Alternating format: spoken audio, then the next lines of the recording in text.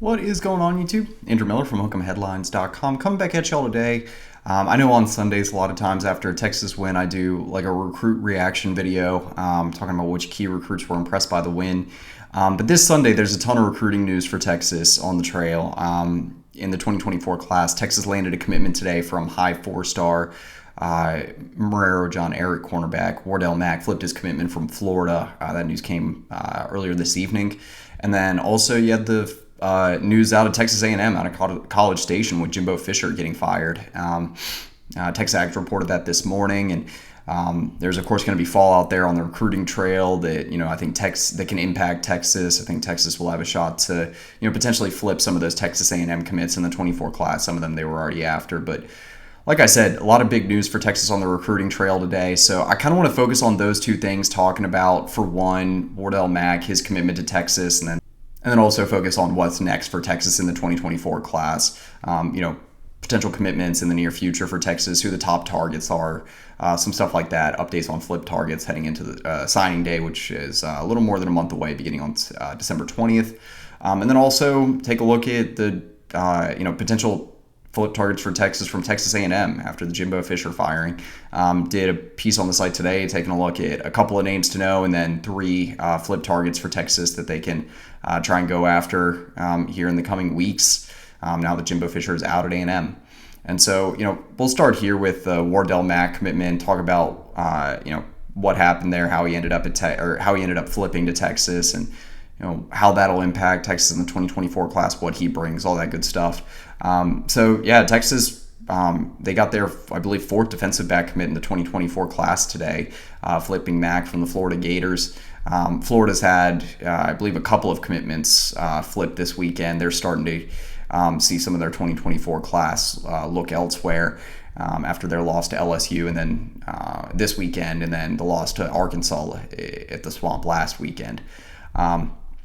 Wardell Mack, he was in contact with some other schools for a while here.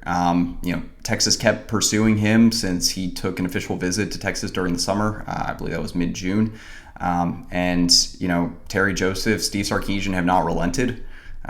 They tried to get him on campus for a couple of visits this fall. I believe they had an official visit scheduled with him on September 30th for the Kansas game, but that ultimately never came to fruition. But Texas was still, involved in this recruitment, still hanging around, and Florida State was making a big push here too. A lot of reports out there that Wardell Mack just really liked, the state of Florida, but more specifically Gainesville and what the Florida Gators could offer him. But with more questions surrounding the direction of that program, he started started keeping his options open, and Texas and Florida State emerged as the top two threats to flip him from Florida. LSU was still in the mix there too, but Texas and Florida State seemed like the most realistic options. He was actually on campus at Florida State this weekend for the Miami game. But I heard Jerry Hamilton report today that, potentially Florida State adding as many elite defensive backs to their class that they have recently. They just added a blue chip corner, I believe, last week.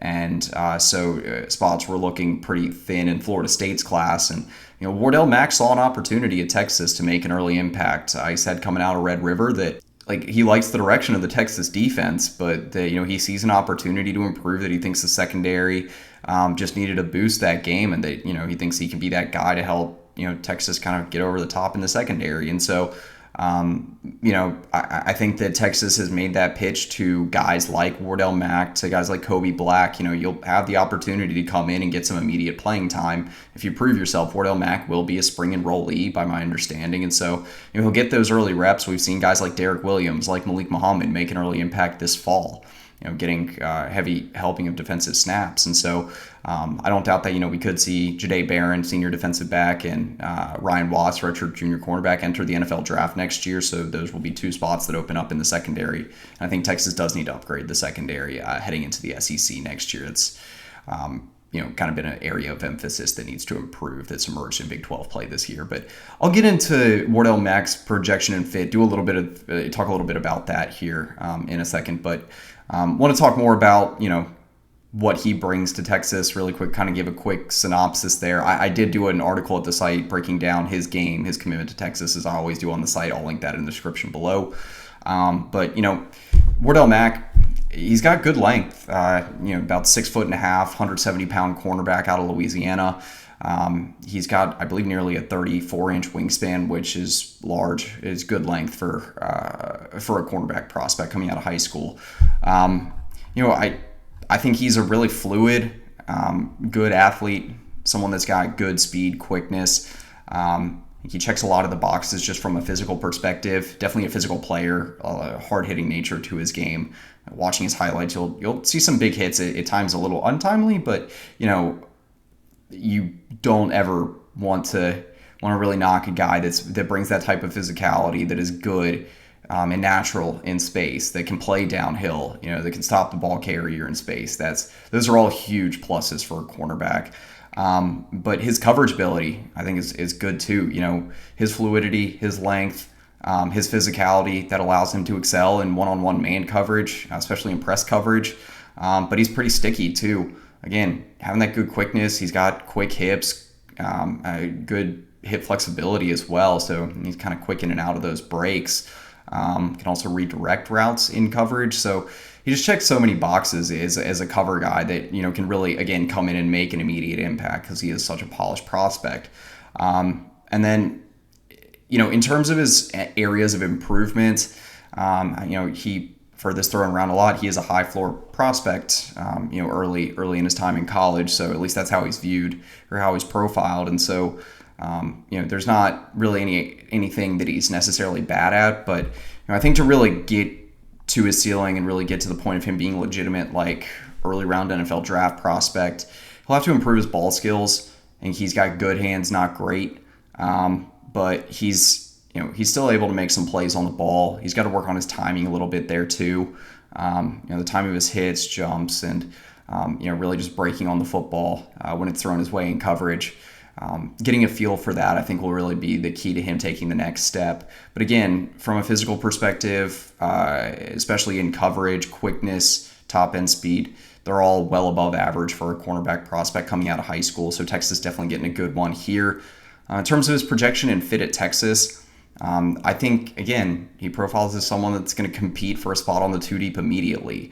Texas, they weren't messing around in this recruitment. They really prioritized Mack, had a plan for him, showed him that, again, he can compete for early reps as a spring enrollee. And, I think there's two spots he could really fit at Texas. I think you could play at either corner spot, boundary corner potentially just because of the length, but field corner, he's got the quickness to play there. I just think boundary corner and nickel even would be the two spots that Texas will look to see if he can fit at immediately. Nickel might be a tougher one just because usually that can take a little bit more experience. I think Texas likes to start guys out at corner or safety, then move them over to nickel. But you got Jahdae Barron at the start position. Again, I mentioned it earlier that he's potentially heading to the NFL draft next year. And you got Ryan Watts starting boundary corner, potentially headed to the NFL draft too. And if those two spots are open, those will be open competitions for Texas to fill. So Matt can jump in there and potentially compete for reps right away. So I think that Texas, again, you're getting multiple guys in this class at defensive back that that can make an impact in their first year or two on campus, and that leads me to talk about what's next. I think another guy they can get in this class that can make an immediate impact is 5-star Waco Connolly cornerback Kobe Black. With Texas landing Wardell Mack, I think that Kobe Black now is clearly your top target at defensive back. If he probably was already, but he definitely is now.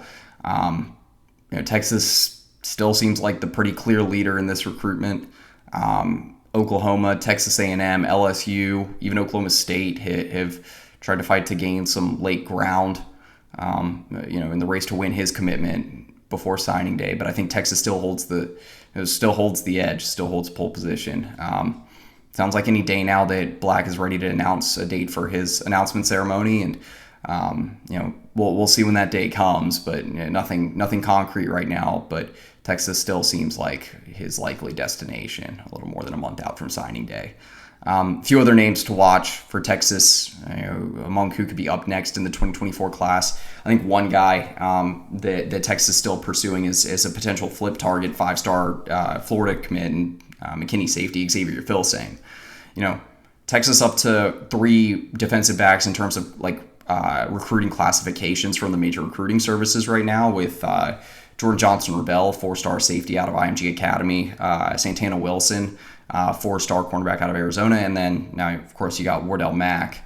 But Texas also has 4-star Dangerfield athlete Aaron Hampton, who can play defensive back, and so that brings you up to 4 blue chip DBs. And if you get Kobe Black, that's 5. But if you get Xavier, if you have the chance to flip Xavier Filsaime, then that's something that you definitely will take, even if that brings you up to 6 defensive backs in the 2024 class. He's someone that Texas is going to take pretty much no matter what. And so, for Filsaime, I think it helps you that you get the kind of the Florida class is breaking apart right now, and that there are some questions surrounding the direction of that program with some of their recent losses. But you still got to get him to campus for a visit. You still have to get the family a little bit more involved there to really make it interesting heading into signing day. And so, but Texas, they've had open communication with him, really pushing to chip away at that commitment to Florida. And while I think they jumped in a little late in that recruitment, Blake Gideon is making a run at it. So we'll see. Again, someone that Texas will recruit through the finish line. So continue to follow that. Again, someone to monitor among Texas's biggest flip targets. Some of the guys they're really prioritizing on defense in the 2024 class. A few other names, because I'll get to the A&M guys in a second. So those are definitely names to watch, but. Another one among potential flip targets is 4-star Auburn defensive line commit and IMG Academy product TJ Lindsey. Texas is still looking for another defensive lineman in this class, and they were one of the top schools involved with Lindsey before he committed to Auburn in the summer, and he picked Auburn, I believe it was over Texas and Miami, but someone that I think wants to play in the SEC and has a lot of ties there, but. I think he still likes Texas. A visit before signing day isn't out of the question, but I think Texas, if there is a school that Lindsey decides to flip to, it will be Texas. So it just depends on how serious he gets about potentially reopening his recruitment. But Auburn has started getting things going in the right direction. I think they had a big win over the weekend against Arkansas. I think like nearly a 40-point win. Hugh Freeze already fended off Texas to keep DeAndre Carter, the 4-star Santa Ana Mater Dei interior offensive lineman, to keep him in their class. And so that's probably the last big battle between Texas and Auburn on the recruiting trail before signing day. So, but again, still one to watch. Texas still trying to take another defensive lineman in this class. So want to move on now to talk about some of the Texas A&M recruiting fallout after the Jimbo Fisher news today. Some of the names to watch there. I think before getting into this, I think a lot depends on which staff members Texas A&M decides to keep and who they hire next. A lot of the Texas A&M commits in the 2024 class, I think, are going to stick around and try to see what head coaching hire they decide to go with, how much they mesh with that new head coach and that new staff. But yeah, so let's go ahead and get into it. Again, did a piece on the site talking about 3 potential names to watch that Texas could pursue to flip this fall from Texas A&M. And after the Jimbo Fisher news today. First one, and I think the biggest one, is 5-star Lafayette Acadiana defensive lineman Dominic McKinley. So, Texas, again, still searching for that 4th defensive lineman commit in the 2024 class before signing day. There would be none bigger that they could get in this class than McKinley. He's one of the, I think, 3 5-star recruits that Texas A&M has in their 24 class that's committed. Texas was in a really good spot with McKinley before he committed to A&M. I believe that was on September 1st of this year. He took an official visit that he really liked to Texas during the summer. I believe that was another June official visit. And Texas, even at one point during the offseason, seemed like they were in the driver's seat with McKinley. He ended up picking A&M, though, over Texas, Oklahoma, Ohio State, LSU, were a lot of the schools involved there. I know he really liked Ohio State and OU, but being closer to home in Lafayette, I think, was a big deal for him and his family. I also know the combination of academics and athletics that factored in as well. And so schools like Texas A&M, like Texas, for a few programs like OU, that mattered. And so, if he decides to open up his recruitment, I know that on Twitter X today, he kind of reconfirmed his commitment to A&M, but we'll see what happens there, especially with their defensive line coach. And what ends up happening with the new head coaching hire, because Texas has already had some contact with McKinley this fall. I know they invited him for a couple of game day visits, but really nothing came to fruition. And so if he ends up showing up on campus, say for the regular season finale against Texas Tech, or at some point in December before signing day, I mean, it's again not out of the question. It wouldn't be super surprising to me. So, if he does show up for a visit, or if the communication does pick up from his end, if he does kind of initiate communication with Texas and Bo Davis down the stretch, then things will get pretty serious there. So that's definitely one to watch among the Texas A&M commits that Texas will try to flip. But another one, and another priority guy that I think Texas would really love to get in this class among the A&M commits, is four-star Jasper linebacker T'Anthony Smith. Texas has only been after a handful of linebacker targets in the 2024 class. They don't have a linebacker committed currently for this cycle, but the two guys that they've really liked throughout the last 6 months or so is five-star linebacker and Georgia commit Justin Williams, the number one linebacker recruit in the nation in the 2024 class. I mean, obviously, if you could get him to campus for a visit, which I know Texas has been trying to do and is still working on now, we'll see if anything comes of that. But Williams obviously being committed to Georgia, that's going to be a tough flip. It's going to be an uphill battle for Texas, but he's someone that Texas obviously would love to get in this class. But T'Anthony Smith is their other priority guy, someone they really like and have been after for a while. Smith had an official visit scheduled to see Texas during the summer. I believe that was an early or mid-June official visit that ended up getting canceled.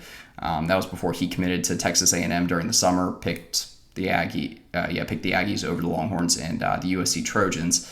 But Texas is stuck with it. They've been in contact with Smith throughout the last 4 or 5 months since he committed to Texas A&M.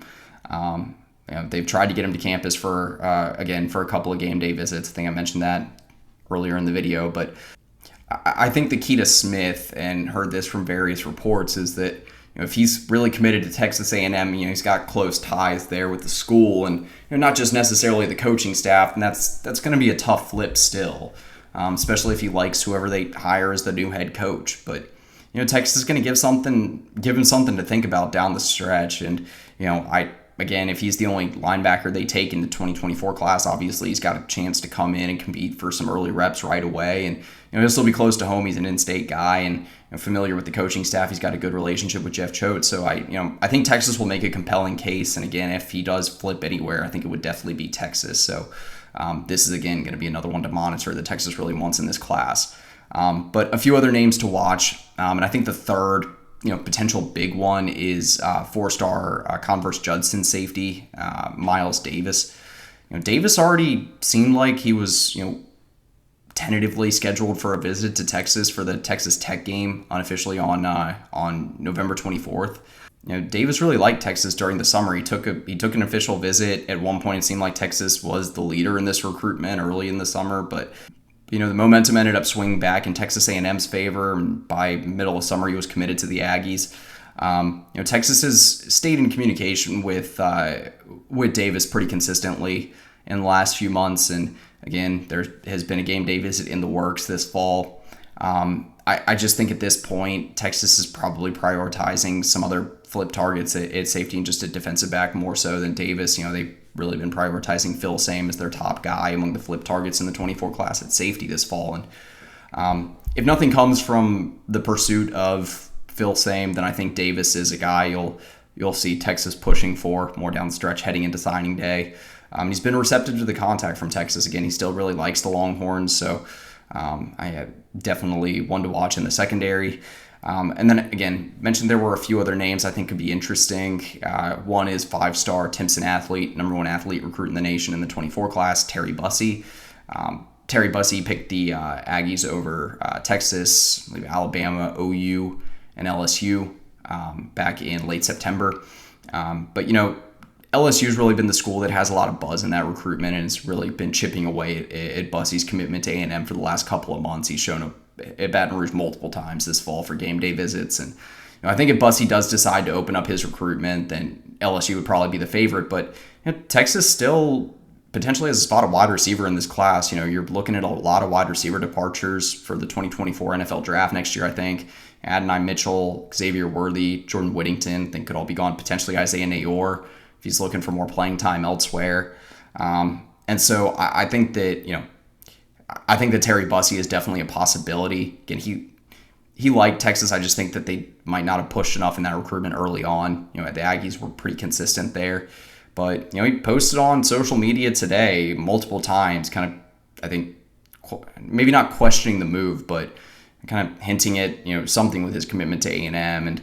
And just from some of the buzz from Bussey's recruitment lately, again, he's been, keeping his options open here. There's been a lot of buzz between him and LSU, so it wouldn't surprise me if he ended up opening up his recruitment, depending on the new coaching hire for A&M. Another guy to watch that Texas has had contact with this fall is four-star interior offensive lineman out of Clear Lake. It's Blake Ivy.